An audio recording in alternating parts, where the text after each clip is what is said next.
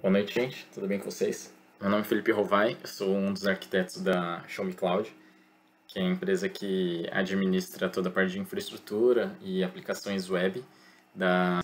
E hoje eu estou aqui para tentar explicar de uma maneira, digamos, um pouco mais simples o que aconteceu naquele dia, alguns dias atrás, se eu não me engano, né, uma semana mais ou menos atrás, onde houve uma quantidade imensa de acessos e a plataforma acabou não aguentando toda essa quantidade de acessos, né?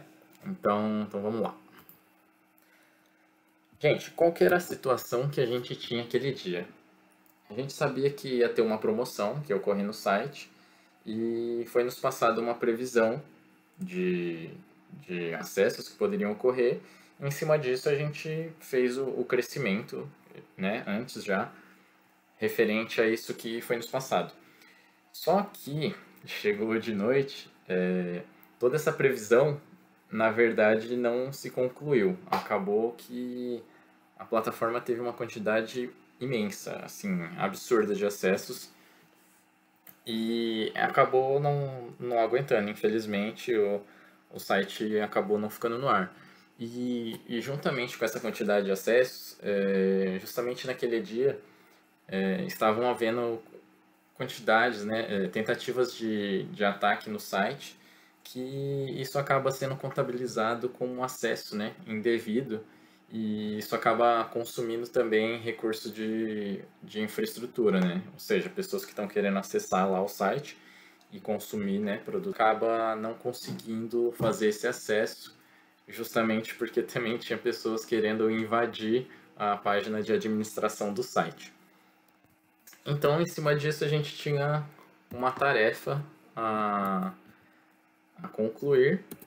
E qual que seria essa tarefa, né? A gente tinha a missão, né, digamos assim, de reformular essa infraestrutura, para que numa próxima vez fosse possível aguentar, no mínimo, 3 vezes a quantidade de acesso que estava havendo dentro do site. Só para vocês terem uma noção, gente, naquele dia a plataforma teve uma quantidade aproximada de 50 mil acessos por minuto, ou seja, era muita gente.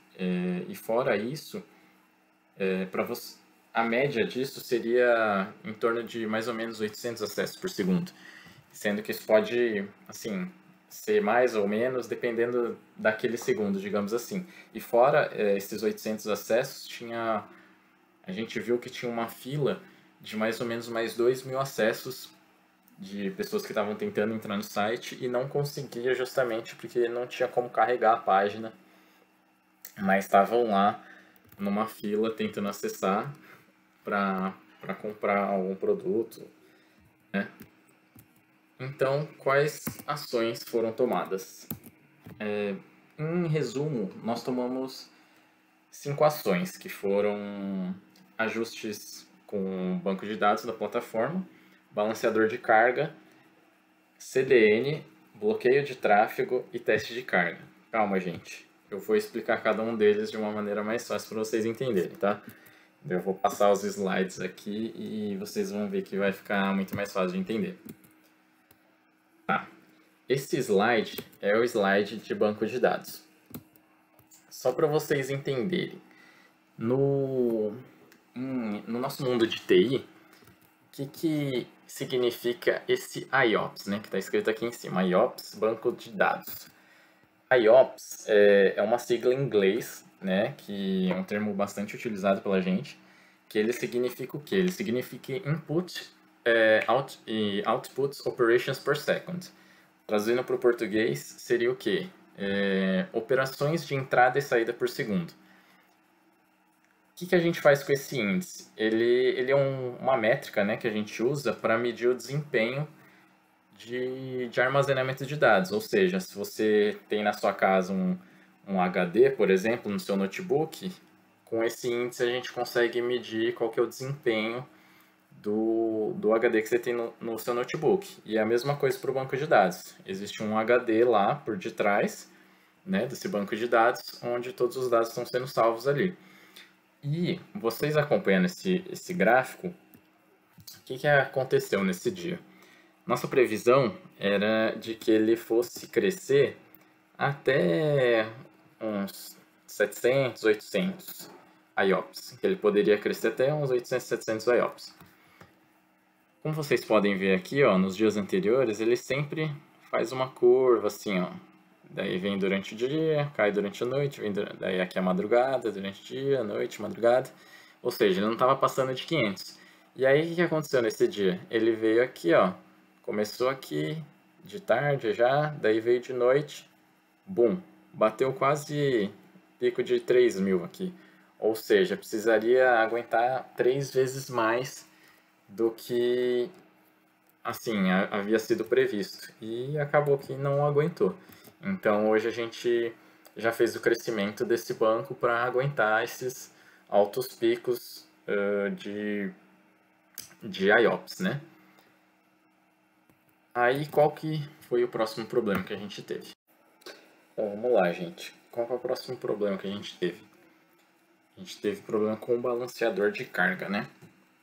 Mas aí você vai me perguntar, gente, o que é um balanceador de carga? Como o próprio nome já diz, é um recurso que serve para balancear um tráfego de rede, né? Então, quando você vai acessar um site, você cai num cara aqui, né, que se chama balanceador de carga, e aqui embaixo você tem vários servidores. Em cima deles, esse balanceador distribui o tráfego. No caso a gente utiliza esse recurso muito mais para a parte de segurança, que a gente consegue também colocar certificado nele. Por exemplo, quando você está acessando o site, tem aquele cadeadinho verde lá em cima da tela, é porque tem um certificado lá. O que isso significa? Qualquer conexão que você está fazendo no site, se você está escrevendo qualquer coisa lá, essa conexão não está sendo criptografada. Se alguém porventura tentar interceptar esses dados, ele vai pegar de uma forma tudo embaralhada, não vai conseguir descobrir o que está escrito ou o que você digitou lá dentro dele. E fora isso, ele tem um recurso que a gente consegue mascarar o acesso para o nosso servidor interno também. Então, nosso servidor está numa rede privada, que ela não tem acesso pela internet. De qualquer lugar do mundo você não consegue acessar ela. O único jeito é ter uma VPN. Mas aí eu não vou entrar nesse detalhe agora, mas é um outro recurso para que você consiga acessar redes de forma segura, né? Mas, enfim, e a gente estava usando para isso. Só que o que acontece, ele, por padrão, ele tem certos limites também. E naquele dia, ele passou dos limites e não conseguiu aguentar o tráfego. Para vocês verem aqui, ó, o que aconteceu, ó. Aqui era a média, ó, que estava vindo. Tava vindo assim, ó, sempre numa constante. Aí bateu aquele dia aqui, ó, foi lá para as alturas lá. O que a gente fez? A gente acabou trocando o tipo de balanceador. A gente tem alguns tipos dentro da Amazon, que é onde está essa infraestrutura. E a gente trocou por um tipo que ele é muito mais performático e acaba aguentando cargas muito maiores. Então a gente trocou esse tipo de balanceador que é próprio para tráfegos muito grandes. O outro já era próprio para servidores web, só que a gente precisou trocar para um tipo de balanceador que acaba sendo bem mais performático. Eles têm algumas diferenças, mas vou acabar complicando um pouco o assunto se eu entrar nesse detalhe dessas diferenças. E vamos para o próximo tópico aqui. Tudo bem, gente. Agora a gente vai falar de CDN, né? Que no nosso caso seria a CloudFront, que é um serviço de CDN da Amazon. Mas aí você me pergunta, nossa, mas o que é CDN? Gente, CDN é um termo em inglês que significa Content Delivery Network. Em português seria o quê? Seria uma rede de distribuição de conteúdo. E o CloudFront ele é um serviço de CDN da AWS. Tá, agora você vai me perguntar, tudo bem, mas e aí, o que eu faço com essa CDN? Então, gente, aí eu vou explicar mais um termo para vocês. No mundo de TI, tem um termo chamado latência, que significa atraso. E a latência na internet quer dizer para a gente que é a quantidade de atraso que uma solicitação leva para chegar de um ponto ao outro. Então, vou dar um exemplo para vocês. Por padrão, se a gente não estiver utilizando uma CDN, imagina que eu estou aqui no Brasil, aqui ó, aqui no Brasil. E aí eu quero acessar um site que também está aqui dentro do Brasil. E aí eu tenho uma outra situação que eu estou aqui no Brasil e eu quero acessar um site aqui na Europa ou um site aqui na Ásia, por exemplo. Por padrão, se não tiver CDN configurada, esse acesso ele vai demorar muito mais para ser feito aqui na Europa ou na Ásia do que se esse acesso for ser feito aqui no Brasil, partindo do Brasil.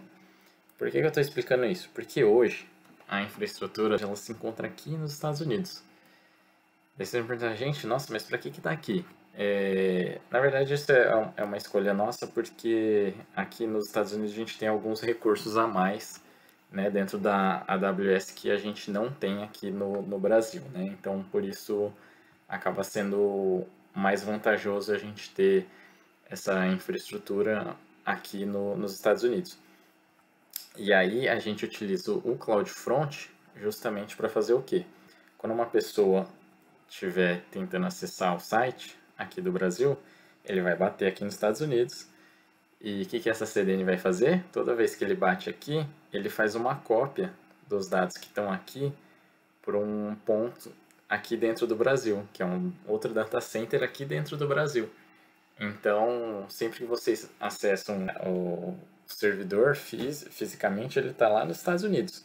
Só que ele disponibiliza um conteúdo para você acessar bem mais perto de você, aqui dentro, num data center aqui dentro do Brasil.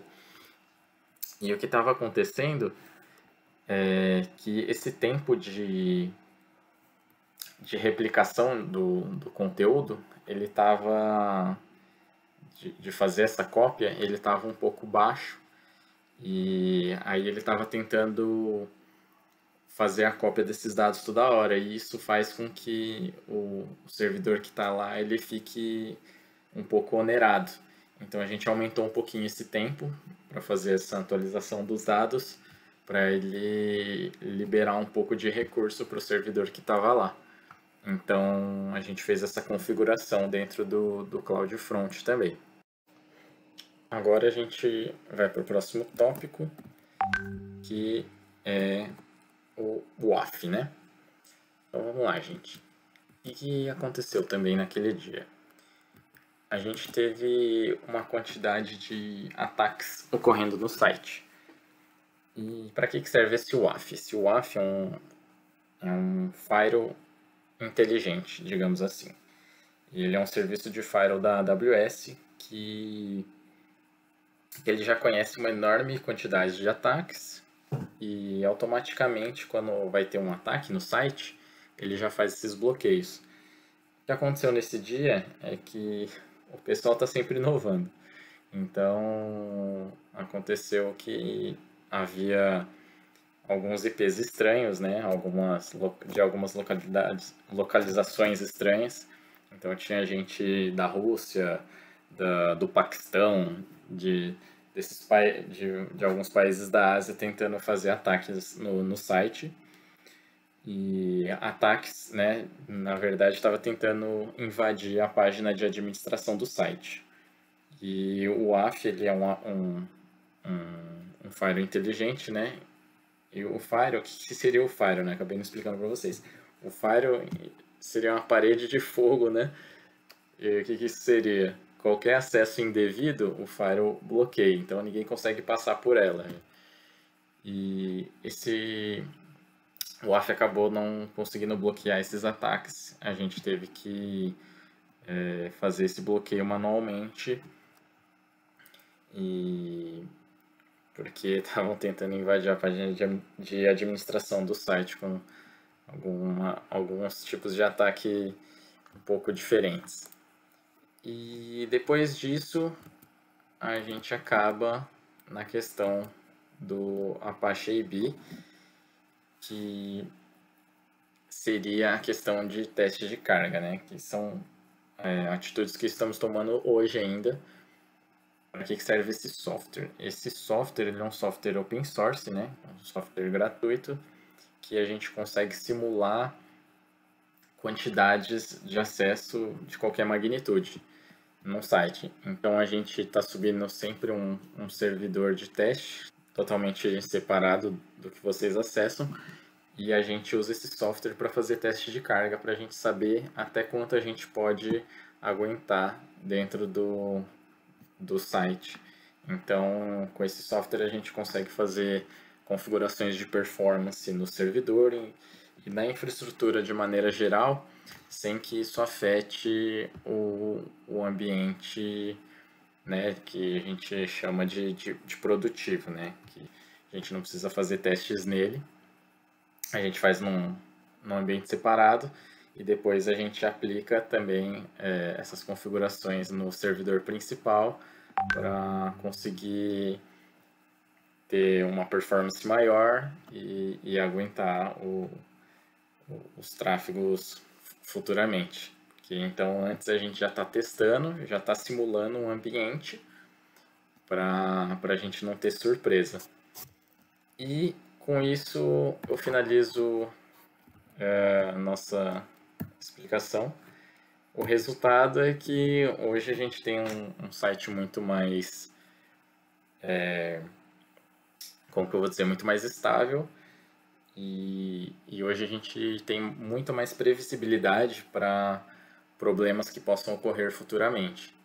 Então a gente já em cima desses problemas que a gente teve, a gente está sempre tentando simular uma quantidade já pelo menos 3 vezes maior do que o que já ocorreu anteriormente, para a gente não ter futuras surpresas com o site ficando indisponível novamente.